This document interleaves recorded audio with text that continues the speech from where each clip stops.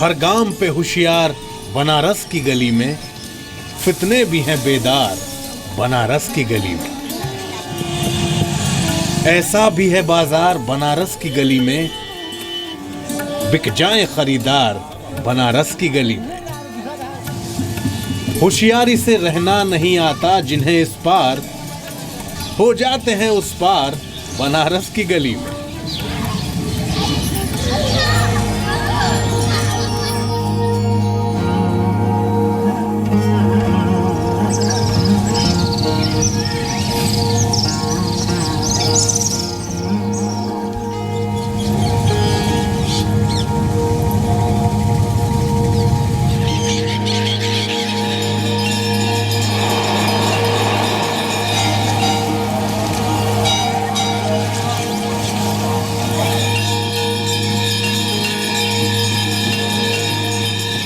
नमस्कार, मैं हूं अमित प्रकाश।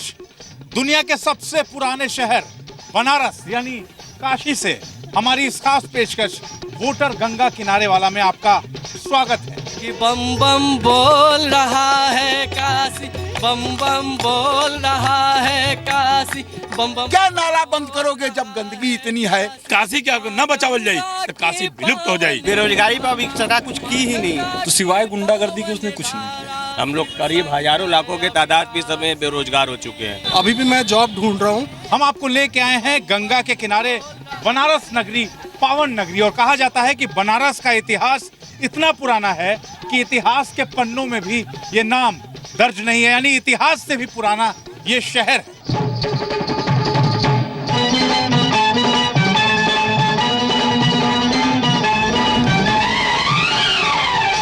गंगा के किनारे जो उत्तर प्रदेश का वोटर है, जो इस बार चुनाव में वोट डालने जा रहा है, क्या मन में है, क्या मूड में है? नमः पार्वती पते हर हर।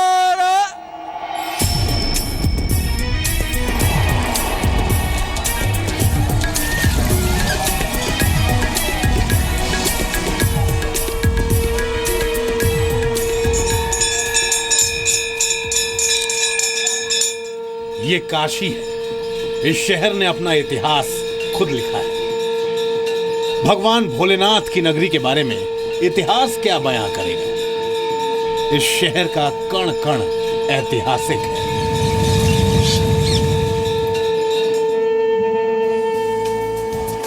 यहां के पावन जल की एक एक बूंद, हर तरफ बिखरे पत्थर, गंगा का आंचल, करामाती पान, पप्पू की चाय, परिंदों का शोर, घाटों की रौनक, लहरों पर गूंजती सरगम, मटर आलू की चाट, और इन सब के बीच छोटी छोटी गलियों में सियासी चर्चाओं का लंबा दंगल। यही है काशी।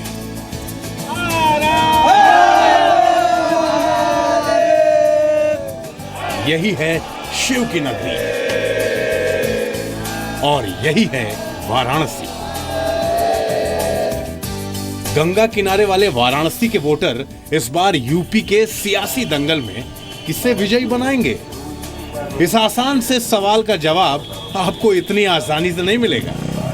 वो साल दूसरा था, ये साल दूसरा है। चुनाव आ गए नजदीक तो मोबाइल बांटने का उनका मुहिम चल रहा है। पहले अपने मुख्यमंत्री का चेहरा तो तय कर लें। गंगा किनारे वाले वोटर के दिल की बात जाननी है तो चलिए गंगा की लहरों पर सवार होकर सियासी चर्चा शुरू करते हैं। तो बनारस के राजघाट से ये सफर शुरू हो चुका है, और जैसा मैं इससे पहले भी कह रहा था कि यहाँ सौगंध ली जाती है गंगा जल की।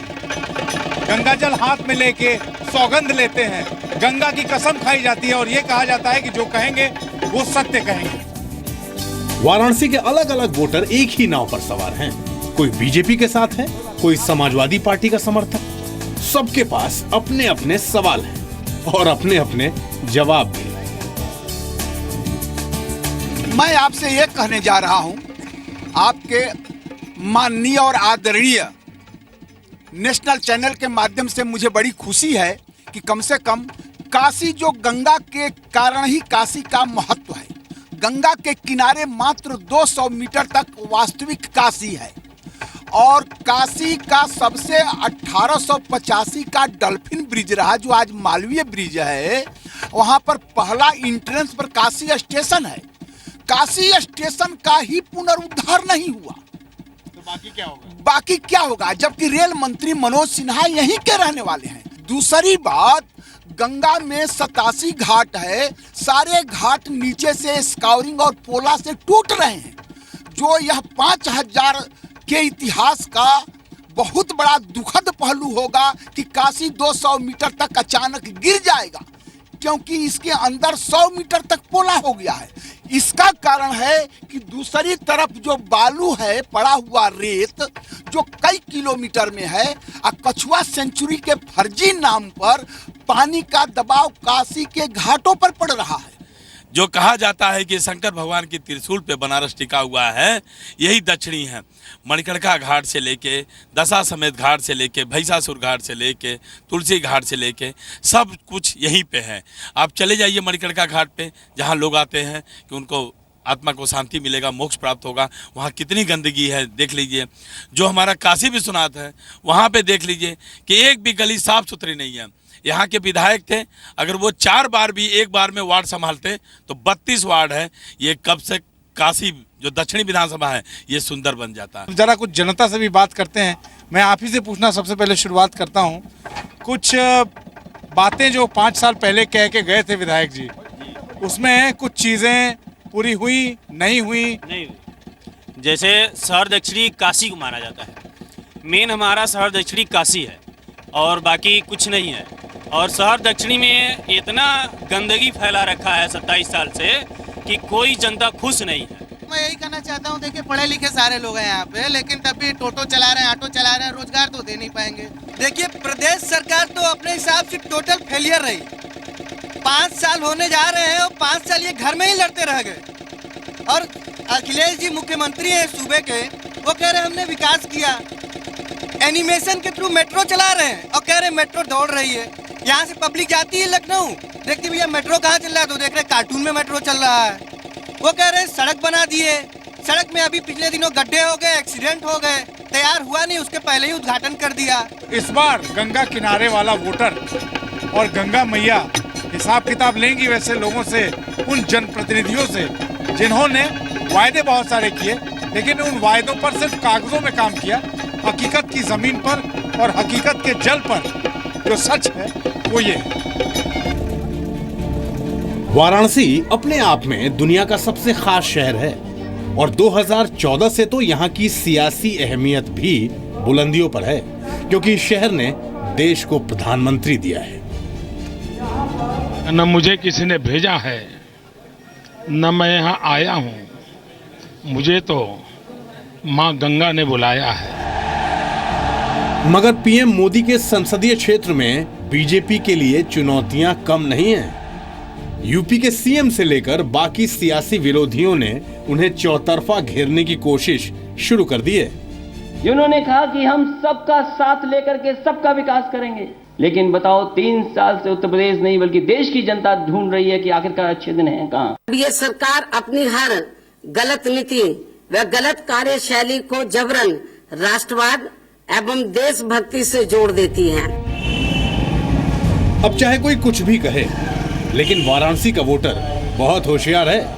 वो सोच विचार के अलावा लंबी चर्चा भी करता है, हर नेता को अपने कसौटी पर रख कर देखता है। अब वाराणसी की सियासी नाव किसे सत्ता तक ले जाएगी, इस सवाल का जवाब जानने के लिए आपको उस दुकान पर लेके चलते हैं जहां सुबह की चाय के साथ सियासी सवाल भी उबलते हैं।